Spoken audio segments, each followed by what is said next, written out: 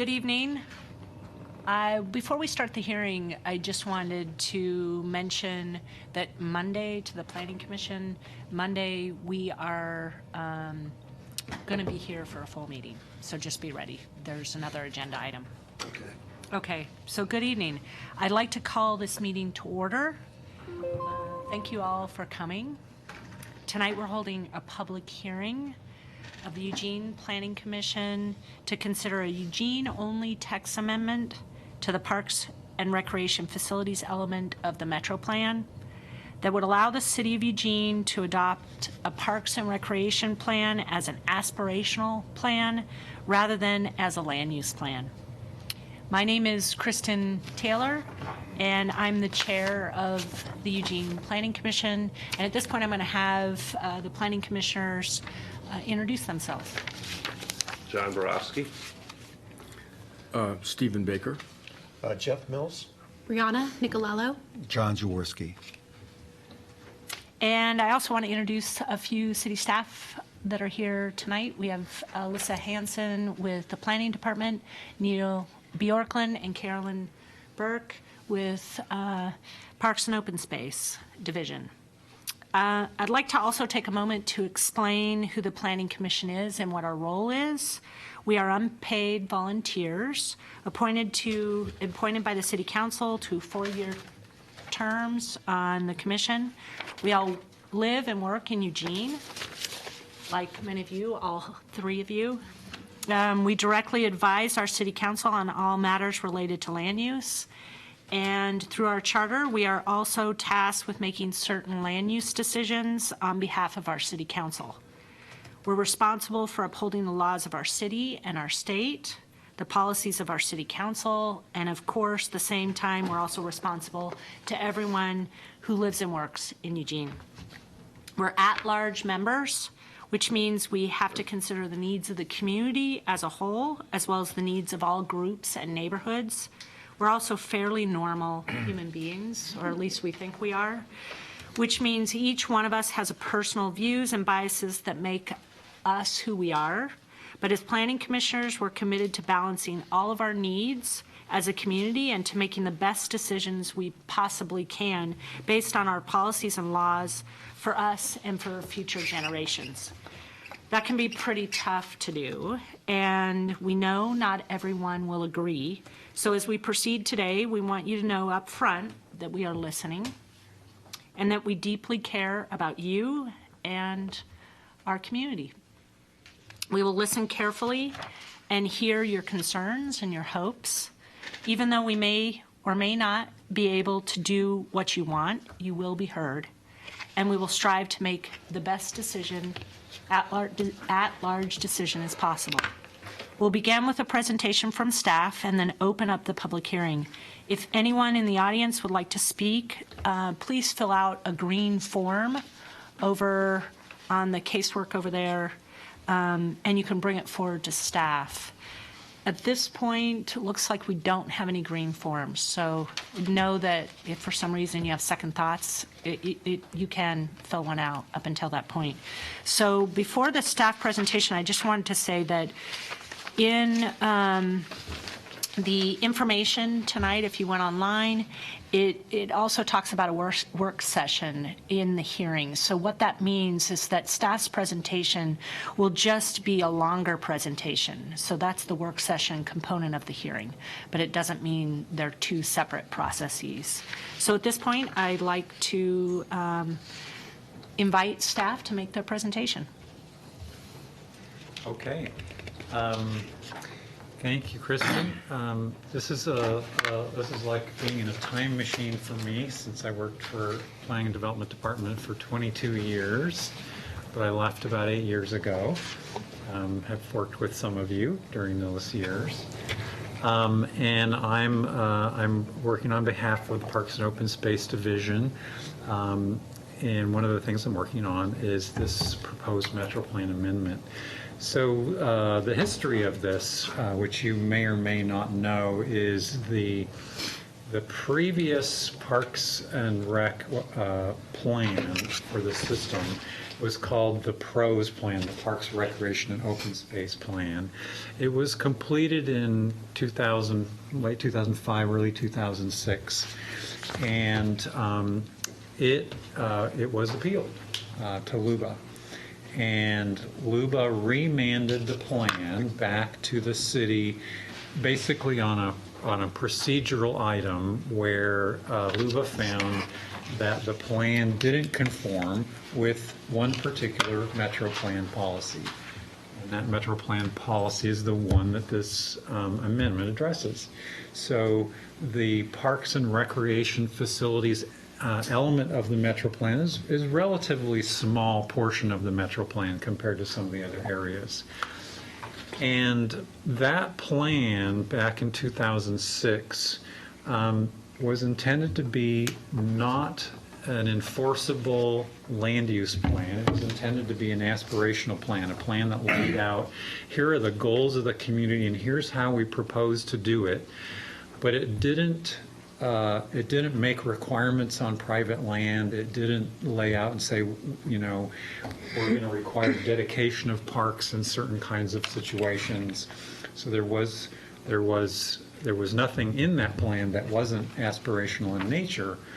But because this Metro Plan policy says that at least part of the Parks Plan has to be adopted and included in the code as policy, as land use policy, and they hadn't done that, LUBA said, hey, we're sending it back to you because you need to address this policy.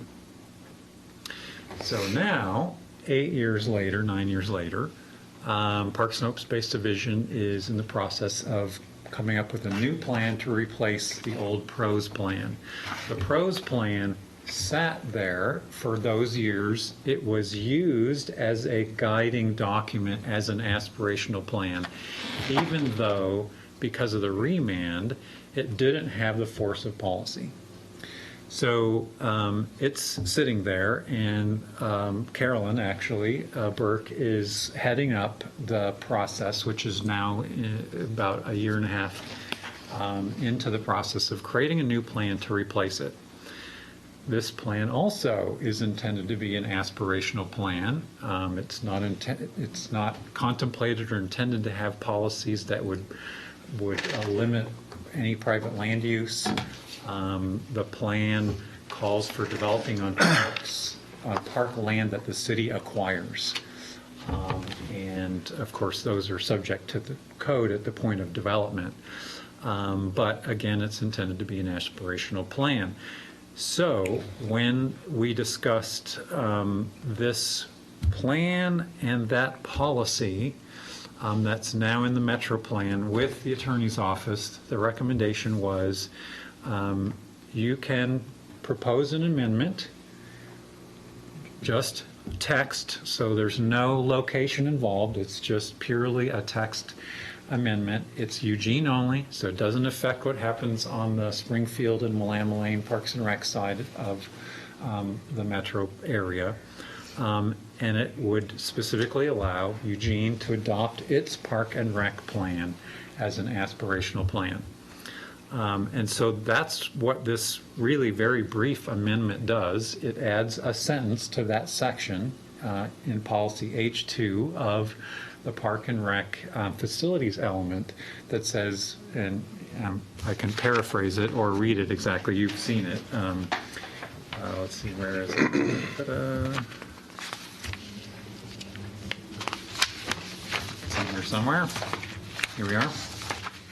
So the phrase that would be added would be, this policy does not apply to the city of Eugene, where a park and recreation plan may be aspirational in nature and does not need to be adopted as a land use plan. So that everything else in the Metro Plan would stay the same. We've included draft findings here, looking at consistency with the rest of the Metro Plan, consistency with refinement plans to the Metro Plan, consistency with statewide planning goals, and find that this amendment is consistent with all of those. I think I'll stop there, and if you have questions, I'm happy to address them. Okay. Commissioner Baker. Yeah, a couple of questions. I'll ask the legal question first. Because this is amending the Eugene Springfield Metro Plan, shouldn't we be having this public hearing with Lane County? If it's a Eugene only, so a couple years ago, you might recall, there were quite a few amendments to the Metro Plan as the two cities were working on separating and adopting their own urban growth boundaries. And if either city now makes a text amendment that's specific to that city, only that city has to participate in the Metro Plan process. Good question, though. Yeah, and just to follow up on that, and then finally a little more background question. I assume that our legal counsel has already looked at this, the wording, and has approved, even though she's not here. Yes. Absolutely. In fact, Okay. I mean, We're- we can't we're get an done with ordinance. step one. Yeah, we can't get an ordinance out of their office unless Fine. it's And got. just out of curiosity, I was curious who had appealed it last time. I mean, who was the Lane appellant? County Home Builders Association. Okay. And it didn't require, but at the time it didn't require, did it require that plan to require dedication of land for new developments? The pros plan did not.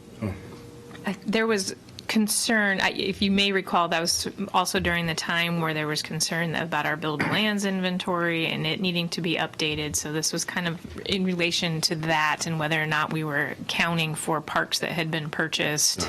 And so just to be clear, in Envision Eugene, we have used actually the parks plan to identify how much acreage we need to debit from our residential and other lands. So we account for those in the buildable lands inventory. And since our Lane County Housing Home Builders is not here, I assume that you've discussed this with him briefly, or? Yes, actually Carolyn had a conversation with Ed McMahon. Good. Just, we don't want to be surprised again, that's all. Yeah, they were notified and, there was a phone call and so, yeah, we wanted to make sure that they were aware. Any other questions by other commissioners? I'll wait till after the public hearing. Okay. So, thank you. Yes, you're welcome. So that concludes the work session portion, and we're going to now move to the public hearing portion. So now I'd like to open up the public hearing of the Eugene Planning Commission. So once again, if anyone out in the audience would like to speak, there are green forms. And at this point, we have no green forms. So maybe I'll give like a 3-second pause. Let anybody think through that. Maybe they want that opportunity. So, Just to be questioned, Madam Chair, just that you have opened the public hearing now? yes, and that's what, yeah, We're going to close the public hearing. exactly. I'm giving them 3 seconds to decide if they have second thoughts. I just didn't hear the gavel, I guess that's what. Oh, you wanted the gavel. I have to do the gavel again. See, this is where Probably don't want it- procedurally, Right. I might be, okay, here. Sorry. I'll officially open up the public hearing now. At this point, we don't have any green forms So they from the wait a public that would like to speak on this item. No. I'm seeing, right now we have, for those of you that are watching this, we have 5 people in the public, and we don't have any. So I think that we can go ahead and close the hearing.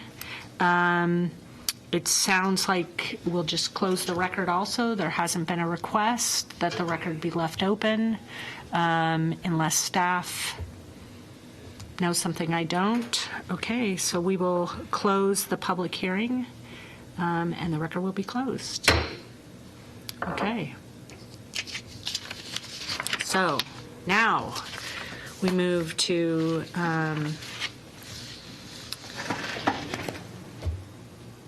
deliberations. And it sounds like, we have time. So staff, do you have any questions or comments or concerns in terms of the next step, moving to deliberations? That's great. Okay. I didn't mention that we didn't receive any written testimony either. Okay. I should have mentioned that, but we did not receive any. No, we did send notice consistent with code requirements. There was notice in the Registered Guard. The legal ad was posted. Yeah. Yeah. Okay. Wonderful. So Commissioner Borowski. Okay. I just have a few questions for my own thing whenever we're amending the Metro Plan. So a couple of things is, so we're saying that the PROS plan or the new Parks and Open Space Plan will be adopted, but it won't be a land use thing. Was there thoughts to other parks amendments to the Metro Plan? I mean, I know we've had the blob map that has parks land that is not going to be parks on private land. I'm thinking of the Rest Haven things. Was any thought given to grouping other amendments in beyond this? So any diagram amendments, I mean, we may consider those at a later phase when we're doing the parcel-specific diagram. I think there's multiple phases of looking at that, determining, because there's also a lot of parkland that's designated for low density. So I think that's a question for another time. In terms of text, I'm going to turn to you guys. Yeah, we don't have any other amendments in the queue or in mind, and the plan that we're drafting doesn't require any changes to the Metro Plan to be fully implemented for its 10-year horizon. Okay. And then the next thing is in the section H of the Metro Plan, a lot of the discussion is about coordinating parks and recs over the whole region, and I think that is still a very important part. I mean, we just got done doing an inventory of facilities, parks and rec facilities, private thing, to make sure that we're not putting ball fields in Springfield and then putting ball fields in Eugene and doing this and that. And that's that's the first objective, is coordinating regional metropolitan park planning and development among local and state agencies. By pulling this off and saying, this is our plan, it's Eugene's plan, we don't want to look at other people's, are we still in compliance with the Metro Plan objectives, or will this lead us astray from that? The way I would characterize it is this gives us an option for the way the plan is adopted that we don't have now. It will in no way change our long-standing and ongoing coordination with other jurisdictions around parks. We work a lot with Springfield and Willamette in particular because we have a lot of interface with them.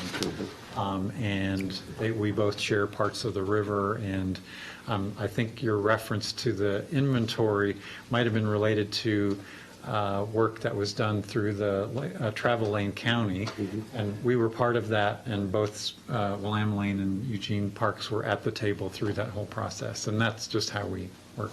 And the reason I brought that up is because the section that we're taking out says that local parks and recreation plans and analysis shall be prepared by each jurisdiction and coordinated on a metropolitan level. Oh, nothing's being removed.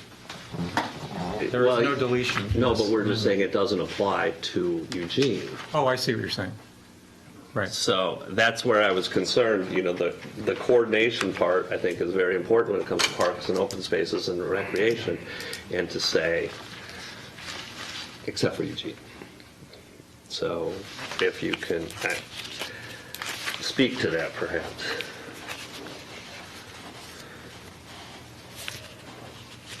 One way in which I would speak to it is to say that a policy in the Metro Plan honestly is not a very effective way to further coordination of parks and recreation development among jurisdictions. Because Metro Plan only comes into play in certain situations where you have to apply the city policy to an action. 99.9% of what Parks and Open Space doesn't come through that portal where you have to apply this policy.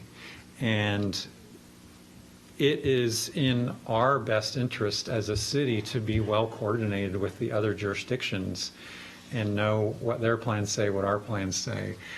regardless of the policy. So, I mean, I guess I would suggest looking at, so having that policy apply to Eugene, really, what is the leverage of that policy? How important is it? How many situations is it actually going to compel us to coordinate? Okay, thank you for that. And then I guess the next thing is, so if this Metro Plan amendment takes place, then what will the step for this new plan be, and what will so obviously it will get adopted by, I mean, we've reviewed it and given input on it. It will go to council, and it will get a public hearing, or will it? Yes. It will get a public hearing, and then what will it'll get approved by them, but it won't be a Won't be adopted. policy, it won't be a policy document? Yeah, I'm pretty sure adopted by It will ordinance. be adopted, and it will be a city policy. Yeah. But just not a land use document, not a regulatory document. Okay. Commissioner Jaworski. Yeah, I'll follow up on the latter part of his question on the policy. We do some quasi-judicial things, and we're used to the attorneys coming in and saying, that doesn't mean anything, it's aspirational. Now, if this plan is aspirational, to me, that says it doesn't mean anything whether it's adopted or not. So my question is, if it is adopted and it's aspirational, the policies in there are not really policies, they don't mean anything. So how does anything get done, and how is it implemented versus the other way where it did have specific stages? Yeah, that's a great question. So, and because I've lived in both worlds, the world of planning and quasi-judicial actions and the parks world, the contrast is really fairly significant. To get things done in the world of land use, you have to have policies and laws to compel things to happen on private land. Parks and Open Space does not have to have regulatory policies to get done what it needs to get done, because we have the authority quite outside of the Metro Plan to acquire land, and we have other tools that allow us to fund design and development and create those parks and fund the management of those parks. In fact, we can run every element of a park system without having any policies in place. And so with us, it's more of there's a community demand for services that we're supplying as opposed to we're trying to compel certain things to happen or not happen on private land, if that makes sense.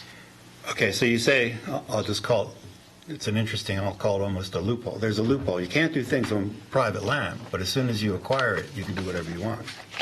Is that not what you just said? No, we comply with the city code as in when we develop parks, just like any I private. know, but you said you're not supposed to do anything on private land, but you have an option to then buy that private land, and then you can do what you want.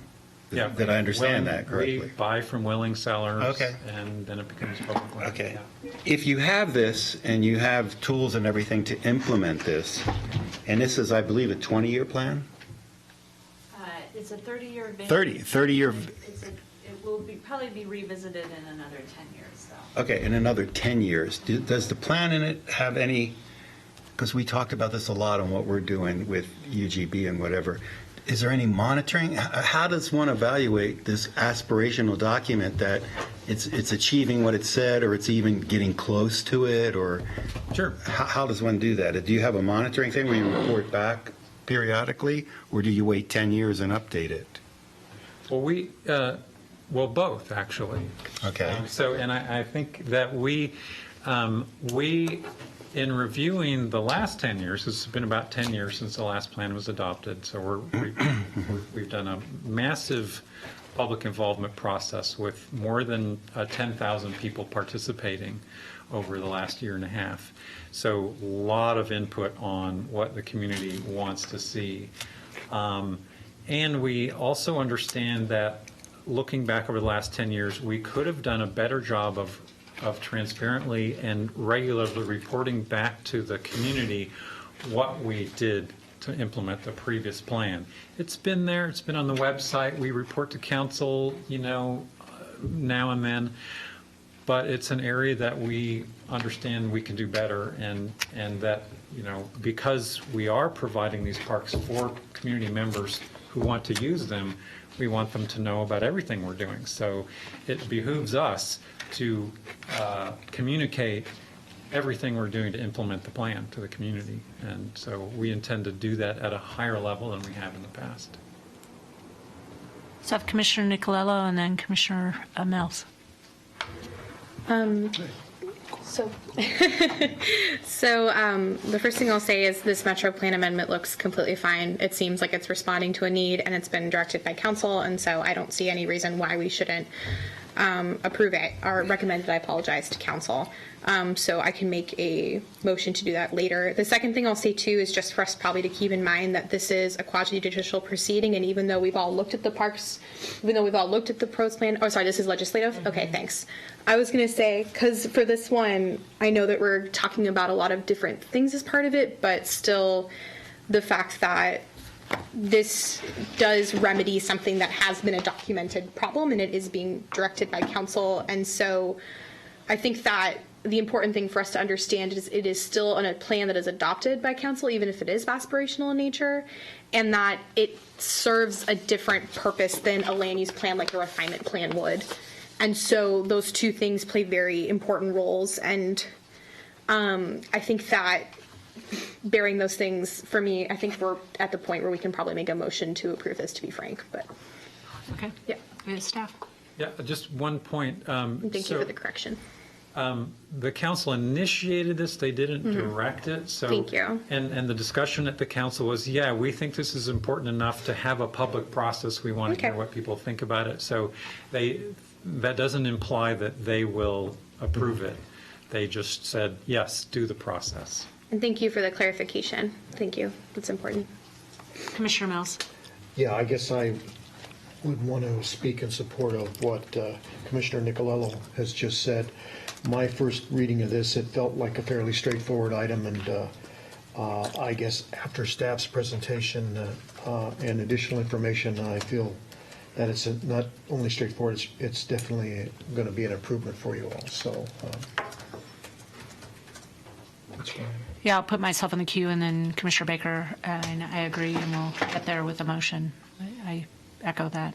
Commissioner Baker, and then if you want to go forward with a motion, that's great. Commissioner Baker? You want to go first? Yeah, I just went, so Okay. it's yours. Oh, I was just going to say, I mean, I agree with the sentiment that's been mentioned by other commissioners. The one thing that I would add, though, I think it would be valuable when you revisit the parks plan, which is aspirational, that you put down a more regular monitoring element, similar to our land use element. And the main reason I say that is because there are some developments that may take place where you may have, the example is the eWeb property. And if all of a sudden tomorrow a developer came in and wanted to develop that property, then there would need to be, there may very well need to be some parallel parks development, riverfront development. And so that's why I think it would be valuable that you at least have some monitoring component to, to note how you're, dealing with these situations that might occur and report back to other commissions or the city council on how you're doing. Commissioner Nicolello? I'd also like to second what Commissioner Baker's saying, especially with all of our development efforts going on, and sometimes those outpace the speed at which our aspirational plans can keep up, and that's even a problem on the refinement plan side, to be perfectly frank. And so I really appreciate Commissioner Baker's comments. So I'll make a motion. The Planning Commission moves to recommend the Metro Plan amendment as presented in the ordinance. What's the best way to say this? Yeah, we haven't seen the ordinance, so. Well, we have the draft ordinance. Yeah, there's a draft ordinance. Okay. So Sure. the draft policy as provided by Yeah.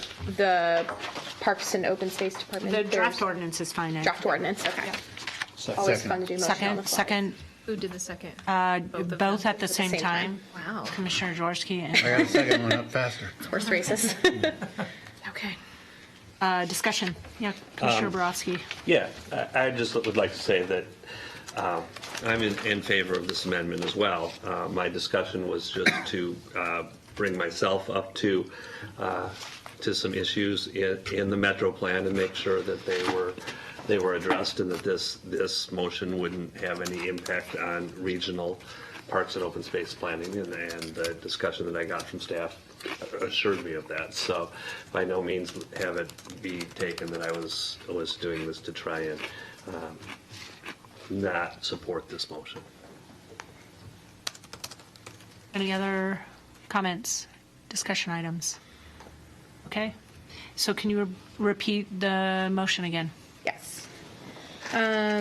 Okay, so the Planning Commission moves to recommend the draft ordinance for the Metro Plan amendment as initiated by the Parks and Open Space Department.